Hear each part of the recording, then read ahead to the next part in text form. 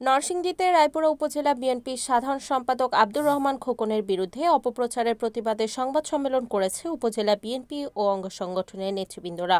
আজ শনিবার দুপুরে নরসিংদী প্রেস ক্লাব সম্মেলন কক্ষে এই সংবাদ সম্মেলনের আয়োজন করা হয়। সংবাদ সম্মেলনে লিখিত বক্তব্য পাঠ করেন নরসিংদী জেলা বিএনপির সভাপতি খায়রুল কবির খোকন ও সেক্রেটারি আলহাজ মঞ্জুর এলাহির।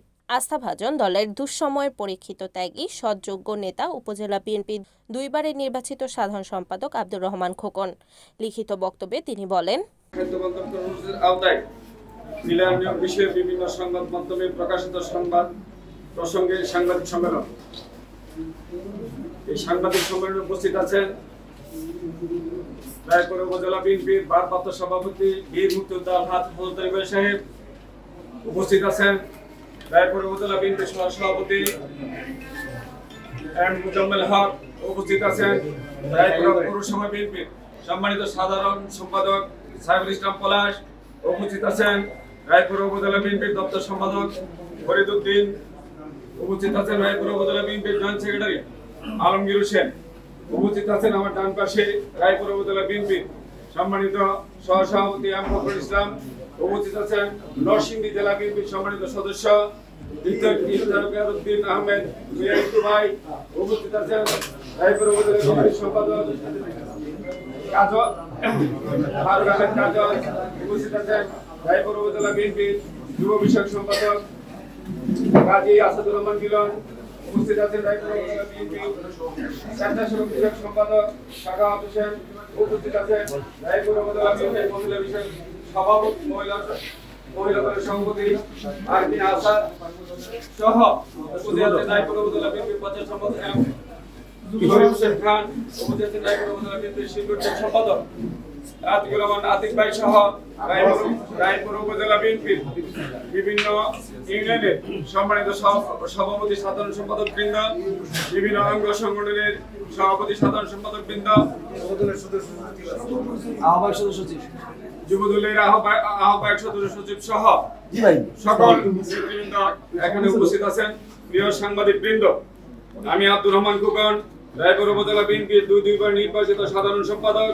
আমি জাতীয়তাবাদী ছাত্র দলের সম্পৃক্ত হওয়ার মধ্য দিয়ে রাজনৈতিক জীবন শুরু করে প্রায় 39 বছর যাবৎ বিএনপির রাজনীতির সাথে সক্রিয় রয়েছি।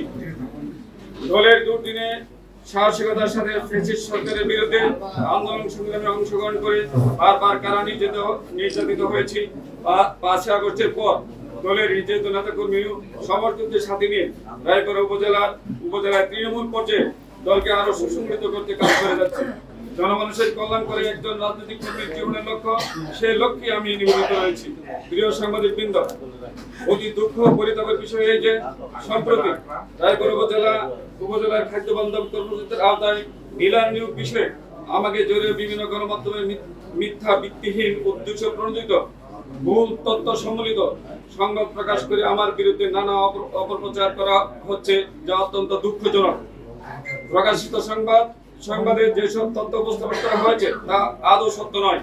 ডিলার নিয়োগ প্রক্রিয়া সম্পন্ন করে থাকে রায়পুরা উপজেলা প্রশাসন, এতে আমার কোনো প্রকার সম্পৃক্ততা নেই। আমাকে জড়িয়ে গণমাধ্যমে যেসব অপপ্রচার করা হয়েছে আমি তার তীব্র প্রতিবাদ জানাচ্ছি। সেই সাথে ভবিষ্যতে সংবাদ প্রচারে আরো দায়িত্বশীল ভূমিকা পালনের জন্য সম্মানিত সাংবাদিকদের প্রতি আমি বিনীত অনুরোধ করছি।